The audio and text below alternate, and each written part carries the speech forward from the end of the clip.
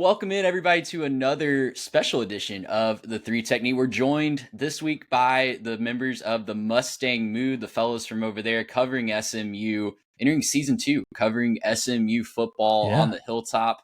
Fellas, we got a big one on the Hilltop this week as SMU is taking on Baylor.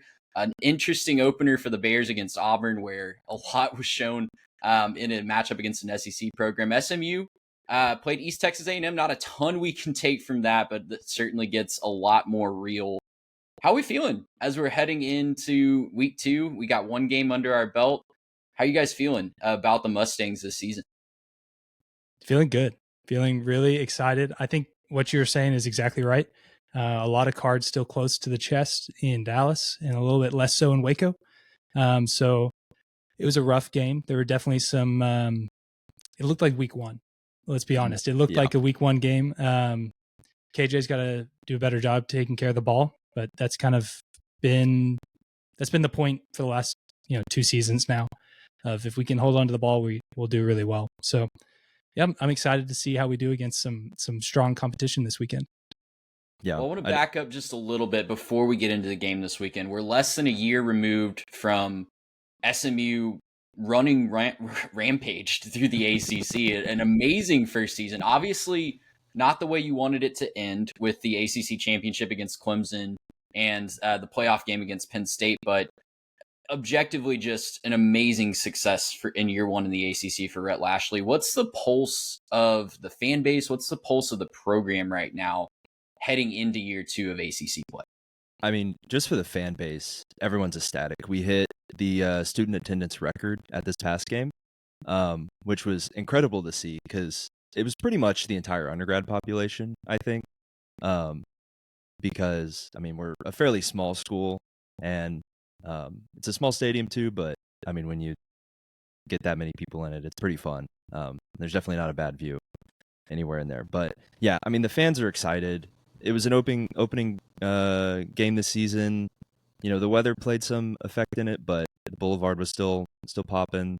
The stadium was still popping until we kind of pulled away and it kind of emptied out after that. But I'm sure during the Baylor game, it's going to be sold out and it'll be packed all the way through because it'll be a good game. But we're definitely pumped. The team, we're talking about it on our post-game podcast. It was a rougher game than we were hoping, but we would much rather be in this situation and the way we feel about our season opener than we did last year after our season opener against Nevada.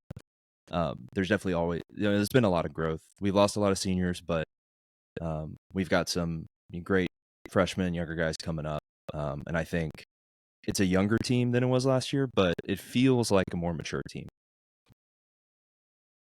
Yeah, I mean, you're absolutely right about that opener last year against Nevada. We were very concerned as the Mustangs were coming home from Reno last year about what lied ahead. But they found a way, right? And they make the quarterback change to Kevin Jennings, and the rest is history after that BYU game last year. Yeah, just circling back to that one real quick, a mixed bag for KJ, like you guys were saying, had the interception. Still looks like, I'll confess, I have not dived deep into the film of East Texas A&M SMU, but seems like maybe we're still trying to find the go-to RB1 to lead that backfield. Still distributing the ball like crazy to a bunch of different receivers. So that's really encouraging. As you look back, is there anything that surprised you guys from that week 1 game, either positive or negative? Yeah, I think we had really high hopes. I think we still do. On our podcast, I maybe naively predicted us to go 11-1, which is I'm not feeling as good afterwards. But I had SMU at 11-1 in my ACC projections too. I was up, I can't remember if I was 11-1 or 10-2, but I was up there. Yeah. Okay. We need to talk about some of y'all's ACC predictions for SMU. There was one. Yeah, that was 8-4. Like I said 8-4. I think Mitch had you guys at 8-4, and I don't condone that. I don't endorse that, but I support my guy, and I'm sure he has some logical reasons behind it. Yeah, but anyways, back to the question you said. I don't know if we could say the injuries were surprising. I think probably the linebacker depth, which was something we were concerned about already. I think that's something we came away not necessarily surprised, but very concerned about. Yeah, I would say I was surprised about Kevin Jennings, the turnovers, but We got to talk to Rhett Lashley afterwards, and he did talk about he thought that both of them weren't necessarily his fault. And so I think that because we're expecting him to take a huge jump this year, and I still think he is. I think he looked really, really solid in control outside of that. But I think that was maybe one surprise. But again, like it could be just week one. I think it's harder to get up for those FCS games as much as they'll say. So I think we're also, a little bit concerned about the receiver room and what that's going to look like. But I don't think there was anything too surprising. Like you said, it's kind of hard to tell how much is it week one being rusty, also maybe holding some cards closer to the chest with Baylor coming up. So, yeah. Well, it starts now. Go ahead. Yeah, I was just going to add on to, we've got a, redshirt junior quarterback who's been amazing. Timothy Chalamet said he may be a Heisman contender, and he knows ball. So, but Facts. a lot of the talent around him, with RJ Maryland excluded, is a little bit untested. Maybe there's still question marks in the air of who's going to step up first, right? In running back room, and also like wide receiver 2 and 3. What is that going to look like? So, we're set in the tight end room, but kind of where's everything else gonna expand out? How's it going to end up? And so I'll be interested to see who's getting significant snaps this weekend.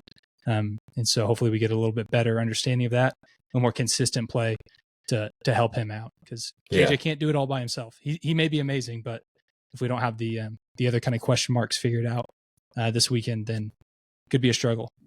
Yeah, and I'm sorry, I forgot to say, I think I was surprised by the O-line, their inability to create in the run game. I thought that a couple of the running backs, because I think we played 3 guys, they showed some stuff, but there wasn't a ton, at least from what I was seeing up in the press box, to run into. And so I was surprised by the lack of push going up against an FCS team. So that's something that's also concerning. Absolutely. And now, like I mentioned, the real season is starting off now with the schedule ramping up immediately. You got the Baylor Bears coming in this weekend. You go to Missouri State in a really interesting road trip the following week. And then for back to the Metroplex for the last Iron Skillet game. So this is a really crucial 3-game stretch to hit the ground running for the Mustangs. Let's talk about the game against Baylor. I'm sure you guys were dialed in on Friday night watching them take on Auburn. As y'all watch the Bears, and Mitch and I talked about this on our week 1 recap show last night, it was kind of, I don't mean to offend the Baylor fans that are tuning in, but I think they would agree. Okay, you can do that. That it was, I mean, as a noted Baylor opponent at times, I think they would agree that it was, you kind of just got to step back and just kind of laugh at some point of how Auburn was able to completely control that game on the ground using Jackson Arnold basically just right up the middle. It wasn't a lot of complicated scheme from that Auburn offensive staff. It was Jackson Arnold straight up the middle and daring them to tackle it. So as you guys watched that, what stood out to you about Baylor's performance, either that might unlock a vulnerability in SMU or something you think SMU could exploit? Yeah, I think I watched. I watched that game, and it was funny because I was raised an Oklahoma fan as well, and so I was at the Alabama-Oklahoma game last year where they won based on the quarterback run game. And when I was watching, I was thinking, man, like Dave Aranda must not have watched the tape from last year, because that's all they were doing. Like there were a couple times in the fourth quarter on like big 3rd and short, 4th down, stuff like that, where I was sitting on my couch and I was like, quarterback run game is coming. And yet they couldn't stop it. And I was thinking, like, you guys are getting paid for this. I can sit on my couch and know what's coming. I was really surprised. I think the offense of Baylor wasn't as good as I was expecting. I think they'll be fine though. I mean, Michael Trigg is going to be a problem for sure, especially with our linebacker injury.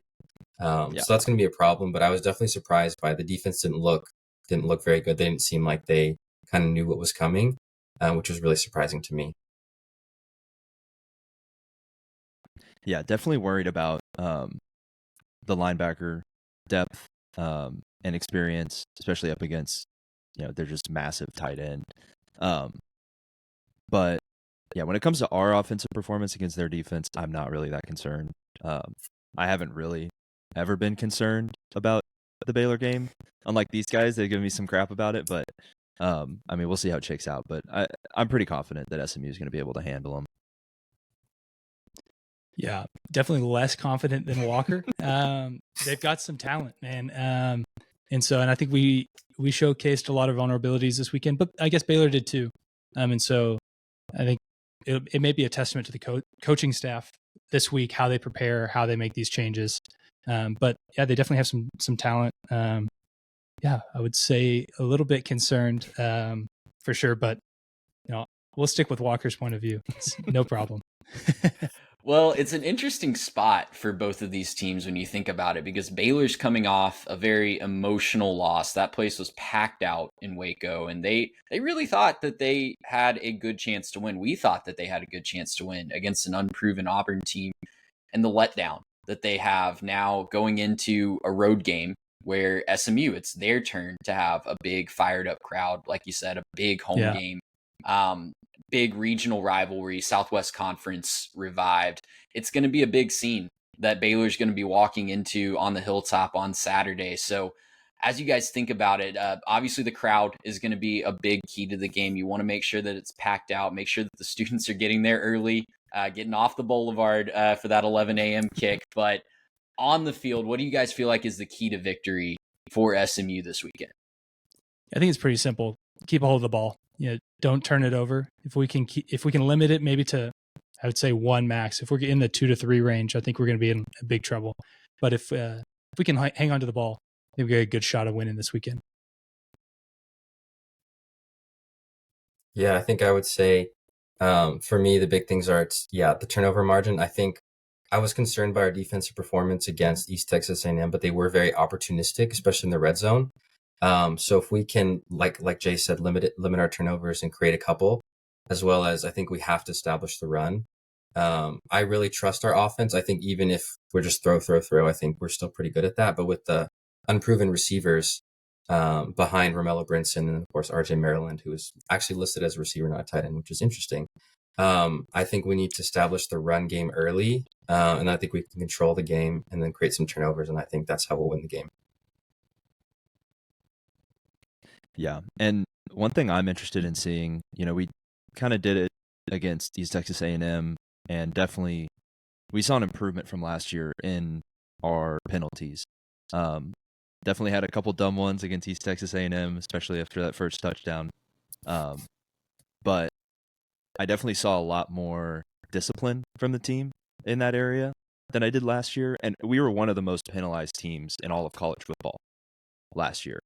And so if we can continue the trend that we saw last game into this game of not making those stupid mistakes and being disciplined, then, I mean, that just, if you get fewer penalties, then you just have a better chance of doing something, it gives you more opportunities. Yeah, especially in an emotional game. I think that'll be a huge advantage. Yeah, absolutely. Got to keep your composure, got to keep the game on the field and not make it personal with the team on the other sideline, even though you really, really want to beat them as a regional rival. Fellas, we'll get you out of here on this. SMU opens as a 3.5 point favorite in this one. What's your score prediction for Saturday?